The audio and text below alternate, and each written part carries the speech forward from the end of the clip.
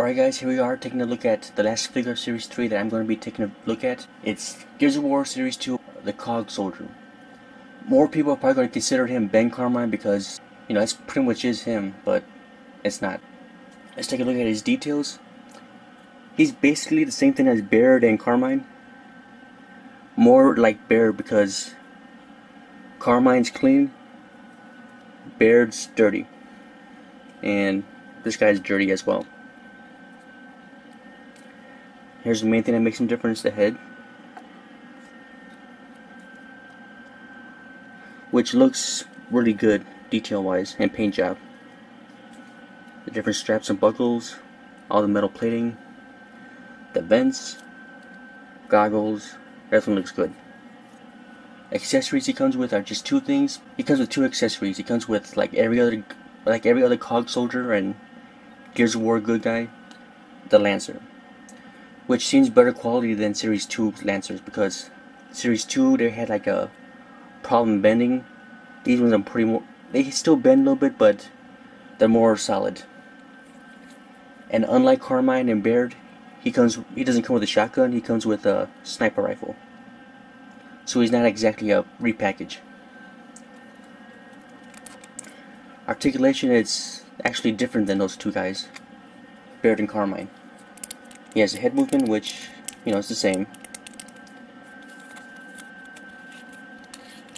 Shoulder.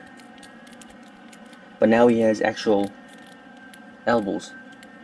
So they go up and down, all the way around. Wrist, which is just a 360 swivel. Same thing with his arm. Except this hand goes like this, or you can have it slightly go in, and also turns around a little bit. And then the rest of the movement is all the same. Waist, legs, legs, thighs, knees, which is actually about right there, and the feet. The things that make him different than Baird and Carmine are simple things. On the back, there's a hole in his back. The guns and stuff have little pegs on them, and then you just pop them right in, and there you go. He can now holster his weapons on his back, which is a great thing, so you don't have weapons laying all over the place. Sniper rifle has that, as well as the Lancer.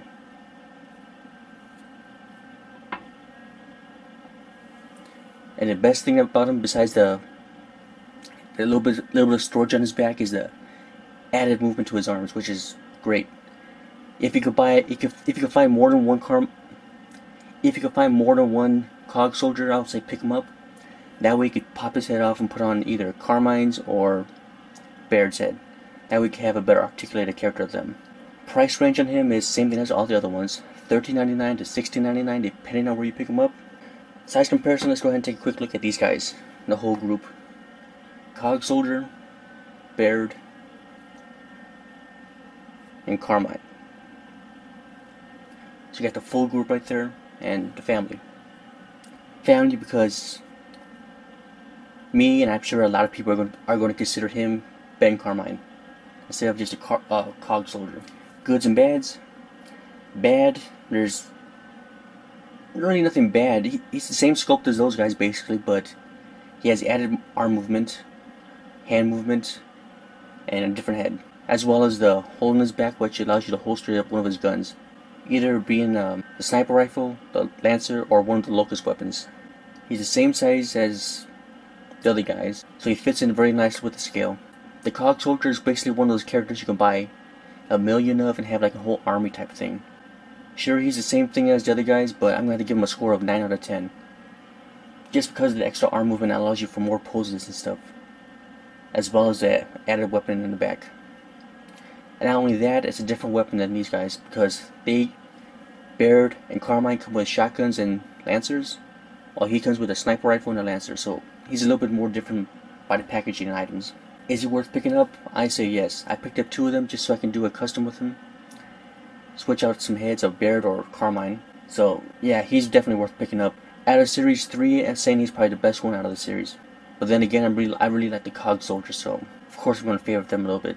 And before I forget to mention one thing, that there are 2 other characters out there. There's a Series 3 Marcus, which is basically the same as Series 2, but a different face sculpt. There's also a Series 3 Marcus, but he has a Gold Lancer. Well, I'm not going to pick up the regular Marcus. If I can happen to find the Gold Lancer one, I'll probably pick him up for my in-box collection. So is there anything to watch out for in this guy, or anything to be worry about? No. Everything's tight. Nothing seems like it wants to break or anything.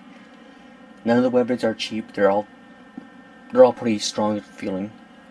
Like I told you before, the Lancer is nice and solid. It's not cheap like Series 2 Lancers. So if you're a fan of the series, like the characters, like the Cog Soldiers, like the Carmine family, be sure to pick him up. It's a really good figure, and I suggest picking him up because I like him a lot. And I know a lot of people like him a lot too, because I think the Carmine, out of YouTube's Insight thing, it's like one of the top 10. It's been my #1 video for a long time. So he's an exclusive, which should be good for all you guys, because I know a lot of people have problems getting Carmine before, so now's your chance to get a Cog Soldier, a somewhat of a Carmine character, but yeah, definitely pick him up if you can find him. It's a great character and a great addition to your collection.